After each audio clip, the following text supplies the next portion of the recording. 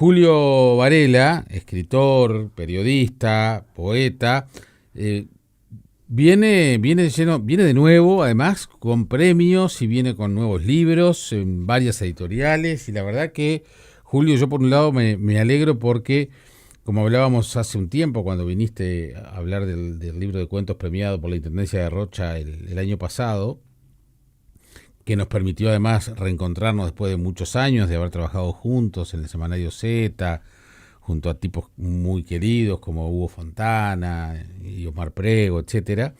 Me parece que eso permitió que bueno, empezar a darnos cuenta de que estabas haciendo cosas, pero que ahora en un año, o en menos de un año, ganaras de nuevo el mismo concurso de la Intendencia de Rocha, sacaras una novela en otra editorial. Entonces, no solo la manía por leer como este espacio, sino la manía por escribir de tu parte.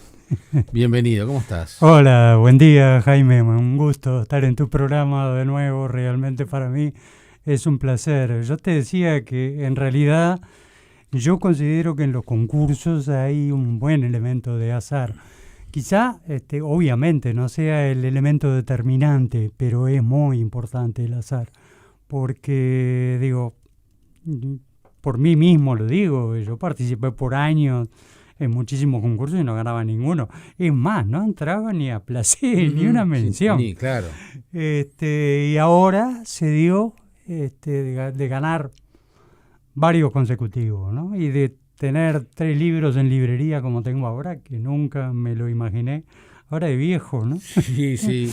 2 cosas que me recuerda esa situación. Por un lado, un personaje de Woody Allen que decía que va a venir ahora, después que una mujer hermosa, la que decía, le daba pelota, y le decía, me voy a enfermar de cáncer, se me va a destruir la casa, voy a perder el trabajo, ese tipo de cosas. Y otra cosa es un poco más realista y un poco más metafórico lo que escribía Nicanor Parra, algo así como que cuando era joven quería escribir versos para enamorar a una muchacha y no lo conseguía, y ahora de viejo le venían todos los lauros, le tiraban los lauros en la cara casi como una paletada de tierra, dice, escribe Nicanor. Sí. Y un poco, bueno, el tema de viejo. No, por favor, pero además, tú fíjate, bueno, ganaste 2 concursos de cuentos de la Intendencia de Rocha, ganaste el premio a las letras del Ministerio de Educación y Cultura.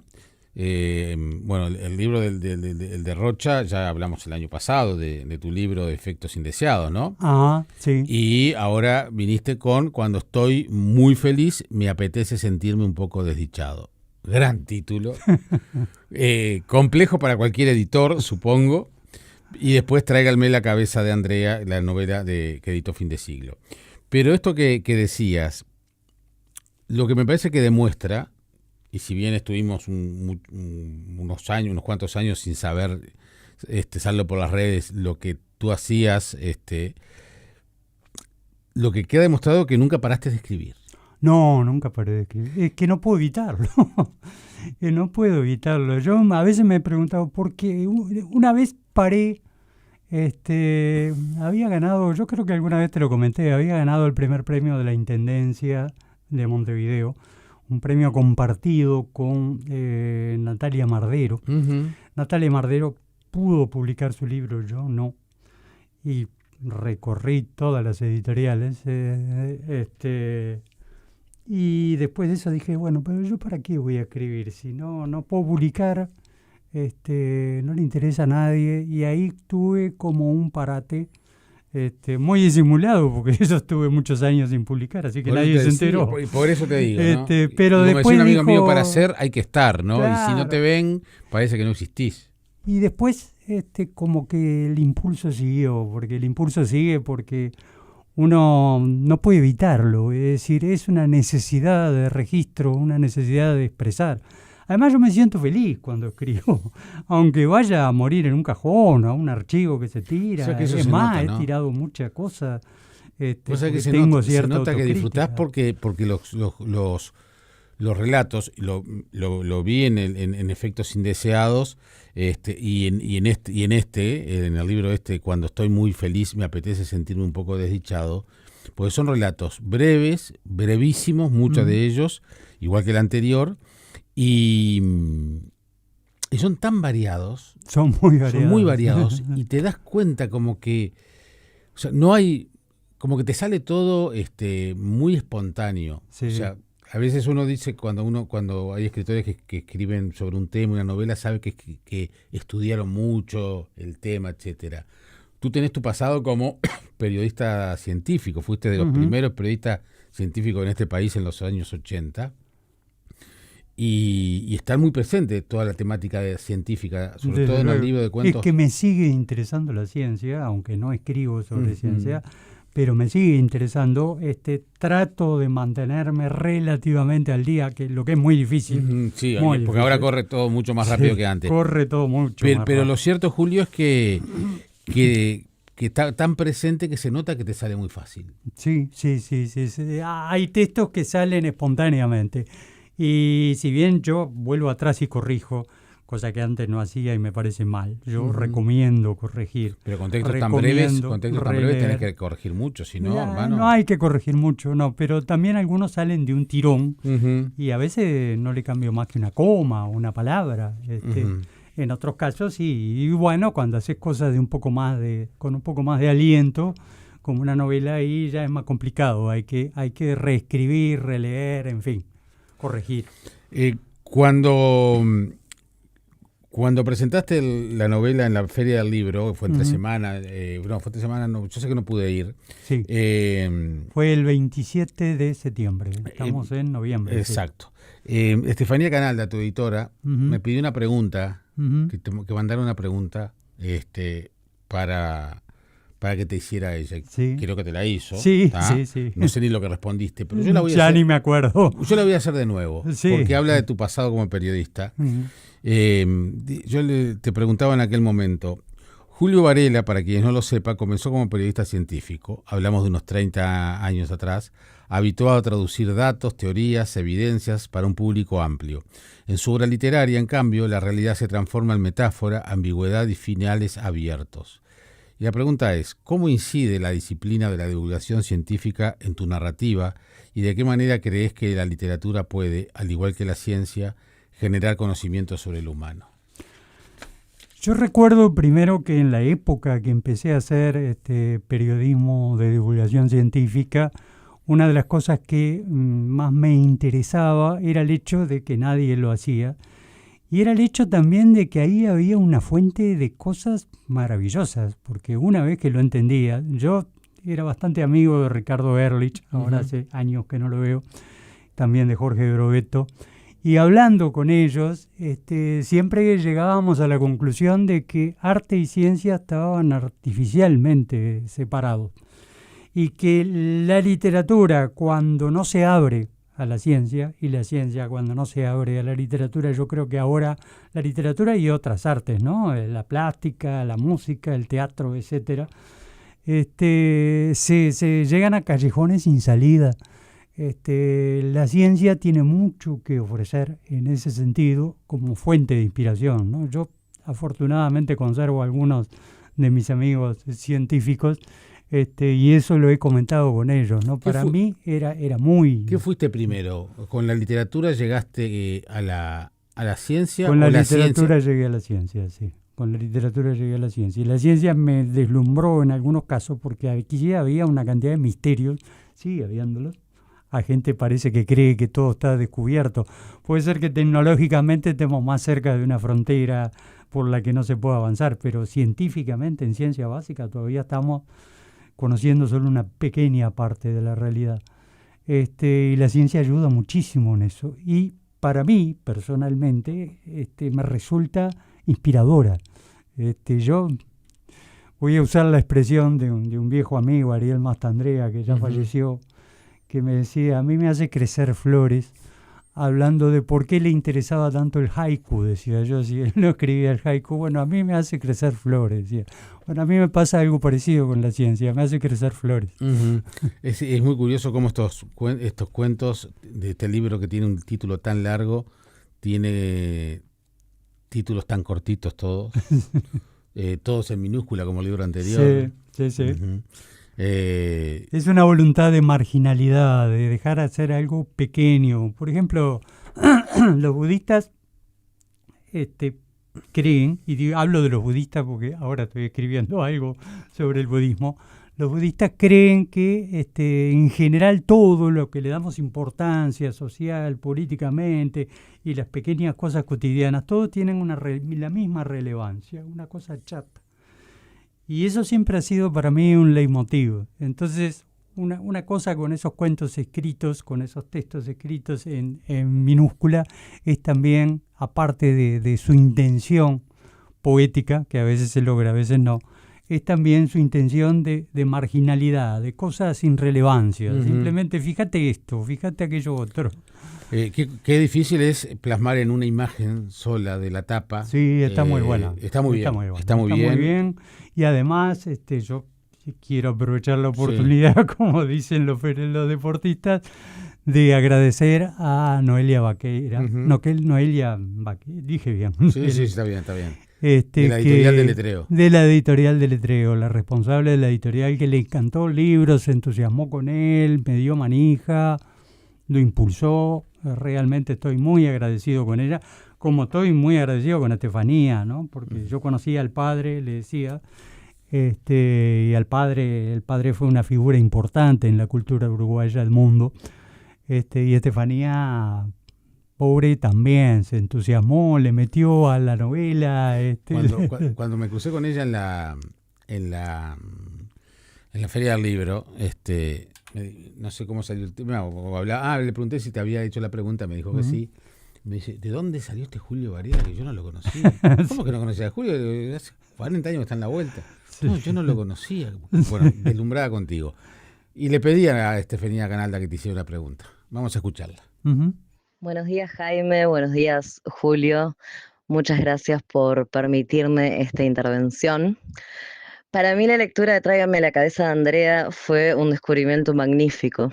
Por un lado estaba la elegancia de la prosa, incluso en aquellos momentos en que no había un solo punto por una página entera.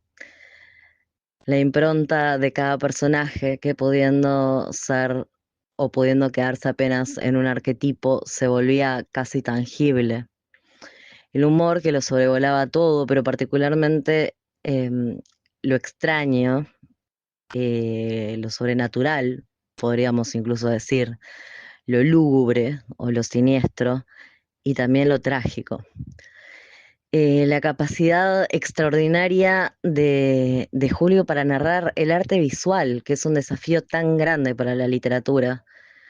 Recuerdo haber pensado en aquella primera lectura que tanto me impactó, que todo lo que Julio estaba haciendo, si lo hubiera intentado hacer un escritor menor, hubiera resultado pretencioso, barroco, excesivo. En cuanto a los personajes, hubiera resultado caricaturesco. Quizás hubiera resultado una especie de burla al mundo del arte contemporáneo. Sin embargo, la novela que yo leía era apasionante, era rupturista, me hacía pensar que nadie más estaba escribiendo de esa forma en el Uruguay. Era hilarante, era vertiginosa y siempre era honda. Yo me enfrenté a todo aquello con el asombro de quien descubre que hay un tesoro a la vuelta de la esquina de su casa, porque ni siquiera vivía en Rocha, a pesar de haber ganado 2 veces el premio literario de la Intendencia de Rocha. No era siquiera, como yo había imaginado, rochense, sino que vivía en Montevideo. Y entonces en aquel momento pensé que quería preguntarle a todo el mundo cómo no me dijeron que estaba ahí, cómo no me mandaron a leerlo antes. Esa fue esa fue la sensación predominante la primera vez que me enfrenté a esta enorme novela. Pero bueno, esto es un programa periodístico, así que vayamos al grano. Las artes en este libro no solo atraviesan la trama, no solo hacen a la atmósfera, sino que construyen el núcleo o el espíritu del relato. El título, para empezar, refiere a un neo-western de 1974, Tráigame la cabeza de Alfredo García.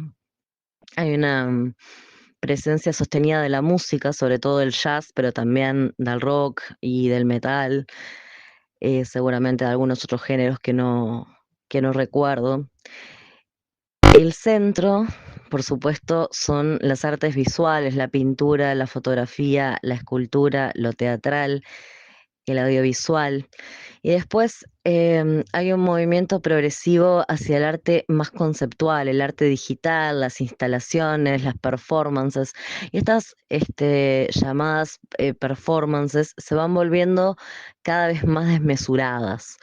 Es difícil quizás descifrar si con esa desmesura van cobrando o van perdiendo sentido. Así que en torno al lugar que ocupa el arte en esta novela van dos preguntas para Julio. La primera es si la galería de arte que oficia de escenario a buena parte de la trama es una suerte de microcosmos del mundo cultural uruguayo.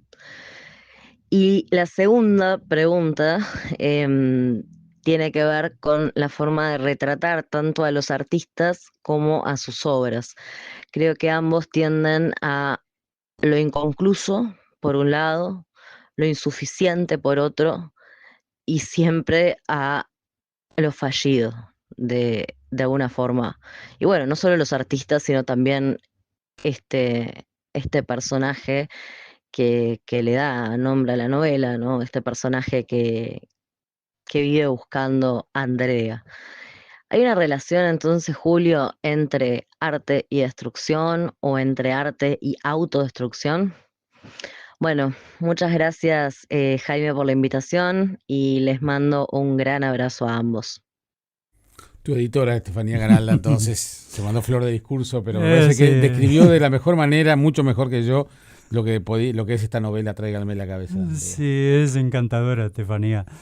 Le voy a contestar a las preguntas que me hizo respecto a si es un microcosmos lo que aparece en la novela del panorama cultural uruguayo. Resultó siéndolo, Sí, quizá claro. no era la intención, Claro, sí, claro. no era la intención, resultó siéndolo así. Yo me di cuenta después, como me di cuenta después de otras cosas de la novela, por ejemplo El tono en el- de situaciones absurdas, por ejemplo. claro, Casi de hermanos Marx, sí, sí, sí. por momentos. Eso me entusiasma a mí, porque me entusiasmo yo cuando escribo y me salen esas cosas y las sigo. A veces a riesgo de perder estructura. Yo lo hablaba con Carlos Regerman, que la novela, me decía él, es como una suerte de calles todas paralelas, Claro. y que alguno a veces levanta la cabeza y mira lo que está pasando en el otro lado, ¿no? Así que resultó siendo así, un microcosmos. En cuanto a lo otro acerca de si las novelas, las obras inconclusas, la vocación autodestructiva de algunos artistas, eso tiene que ver con algo, con la entropía. Entropía es la palabra. La entropía es la forma en que un sistema cerrado se va atrofiando, va perdiendo capacidad. Eso está en la segunda ley de la termodinámica. Ahí está la ciencia como inspiración. Es lo que ocurre, y es lo que ocurre en la novela también, ¿no? Pero al comienzo de esta charla, cuando hablábamos de tu manía por escribir, también dijiste que has tirado mucha cosa. Uh-huh. ¿Qué papel juega la destrucción de una obra en un artista? Que cuando un artista, en teoría, se nos dice que hace las cosas por perdurar. Yo no hago las cosas por perdurar. No sé si los artistas quieren perdurar. Yo soy muy consciente, además de que no tengo creencias, soy muy consciente de que todo esto dura 5 minutos. Está bien, pero y se va. Estos dos libros que yo tengo acá te hacen perdurar. Puede Dentro ser. de 50 años, en este programa se va a estar diciendo, hace 50 años estuvieron hablando de estos dos libros. Puede ser, pero yo le resto relevancia a eso y a mí me parece que digo, todo es mortal, como decía Franz Zappa. Uh-huh. Y todo fenece, somos efímeros y justamente por ser efímeros, la cualidad de ser efímeros es la belleza. Nosotros somos o creamos cosas hermosas a veces, y hablo de nosotros, el mundo Uh-huh. en general, porque somos efímeros. Si fuéramos inmortales todo sería muy aburrido y no habría belleza. Lo que queda claro con lo que contaba recién Estefanía Canalda y lo que tú estás diciendo también es que Tráiganme la cabeza de Andrea, esta novela editada por Fin de Siglo, termina siendo una metáfora donde Julio Varela, que es muy pillo porque en esa cosa timidona y de muy bajo perfil, también es muy crítico y es muy ácido. Uh-huh. Pero porque lo éramos cuando teníamos 40 años más jóvenes. Sí. Porque además nuestros amigos comunes eran más pero ácidos parece que nosotros. está un poco mal visto. Exacto. Exacto. Yo bajé el perfil en cuanto a ser crítico y así trato de no meterme cuando veo que hay cosas que no me gustan. Está bien, pero acá en esta novela, ese microcosmo desde el ambiente cultural, te sacás las ganas de decir algunas cosas. Ah, sí. Sí, porque la ficción te ayuda a eso. Claro. La ficción y además te ayuda a que vos puedas pero bueno sería que vos no meter pudieras opiniones que no dirías en otro bueno, ámbito. Pero bueno sería que el lugar que vos inventás, que es tuyo, que es tu ficción, que es tu novela, Sí. tú o el personaje o el narrador o el que sea, no pueda decir las cosas que se te ocurran. Claro, sí. Yo, lamentablemente, y eso que tú me das pie ahora para comentarlo, yo siento que hay una creciente mediocridad que amenaza con comerse todo. Hoy en día. ¿Y contra qué? ¿Y cómo se combate eso? Se combate no teniendo prurito en, digamos, liquidar lo que no vale la pena. Haciéndolo a pequeña escala, a la escala de uno. Pero yo creo que sí, realmente hay cosas bastante malas actualmente que pasan por ser creativas o posibles, ¿no? Yo creo que la mejor forma de resistir es leer. Ah, sí, ya lo creo. Una de ellas. Sí, una de ellas es leer. Sin duda. Tráiganme la cabeza de Andrea, de Julio Varela, editada por Fin de Siglo en su colección Ñ. Cuando estoy muy feliz, me apetece sentirme un poco desdichado, de Julio Varela, editado por Deletreo Ediciones también. Las dos son muy buenas ediciones, así que se los recomiendo. Y es una forma de salir de esa mediocridad incipiente. Vamos a estar ahora escuchando fado, y escuchar música también es una forma de resistir. Y creo que las manifestaciones artísticas también nos ayudan a resistir. Ya lo creo, sí. Gracias por darnos la posibilidad, Julio. Muchas gracias a vos. Que pases gracias muy bien. por la invitación. Julio Varela estuvo en Sado Sarandí.